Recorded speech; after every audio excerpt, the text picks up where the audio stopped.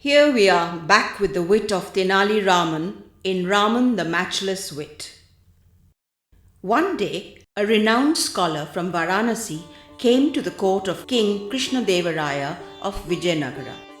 The great Pandit said to the king, Maharaj, I would like to challenge the scholars at your court to a debate on any subject of their choice. The king proudly said, Indeed, the scholars of my court would be honored. But the Pandit Raj of the court, listening to this, far from feeling honored, was not happy at all. He was nervous. And he spoke aside to the king. Maharaj, we are not ready to take up this challenge. Neither the other scholars nor I are capable of this type of challenge. The king was shocked. You mean to say that no one in my court or kingdom is fit to take up this offer? Of course, Tenali Raman dutifully came forward and bowed before the king. Maharaj, I am ready to take up the challenge this very evening. The king thanked him, saying, I am happy you as usual have come forward, Raman. But please listen to me carefully. Being witty is one thing and scholarly is quite another matter. I do hope you understand that. Promptly the Pandit Raj stepped forward in protest, saying, Maharaj, this fellow in his foolishness will bring us shame. Maharaj, please stop him. The king, on the other hand, said, the arrangements will be made and Tenali Raman may go ahead. That evening, the king announced to the scholar from Varanasi, one of our learned scholars has taken up your challenge, and here he comes with his disciples.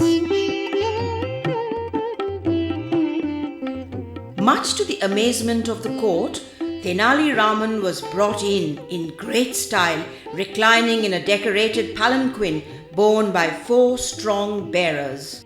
Pandit Raj watched in dismay, feeling sorry for the fate that was to befall Raman. Raman confidently got off the palanquin and strode forward, ordering one of his disciples, Place that bundle of manuscripts right here. Then to the Varanasi Pandit Raj, in great earnesty, said, Shall we begin the debate, O learned master? The guest replied, I am ready. What is your topic this evening? Raman quietly replied, Let us begin with a simple one. I suppose you are familiar with Tilakasta Mahisha Bandhana? The guest muttered to himself, Tilakahasta, Tilaka, and thought for a while, and finally said, I beg your pardon, Pandit, I have never come across that word. Tenali Raman appeared shocked and laughed and said, What? Not heard? That is indeed a surprise, O High Pandit. Why, in our kingdom even the cowherds know about this.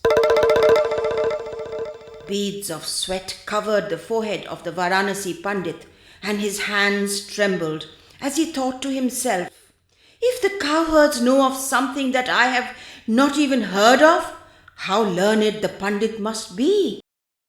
With folded palms, he accepted defeat. I do beg your pardon. There is so much more I need to learn. Humbled, he quickly and quietly turned and left the court. The king was overjoyed. I am so grateful to you, Raman. Thank you for saving our reputation.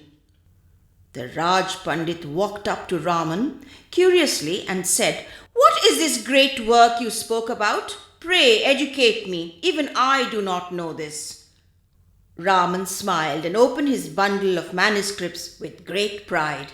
Here are the Tilakahasta, stalks of the sesame plant, which I have tied with Mahisha Bandhana, the rope that is used to tether buffaloes. Simple, wasn't it? The Raj Pandit scowled, while the king burst out laughing. This fellow has certainly put us to shame, but not in the way you said he would. Raj Pandit fumed and boiled inside, thinking, This fool must be fixed. The king turned to the Raj Pandit and said, Pandit Raj, while I really respect your knowledge, I'm sure even you will agree that Raman's wit is matchless. Pandit Raj was really upset but outwardly agreed with Maharaj. Tilakahasta Mahisha Bandhana indeed. I will have my revenge.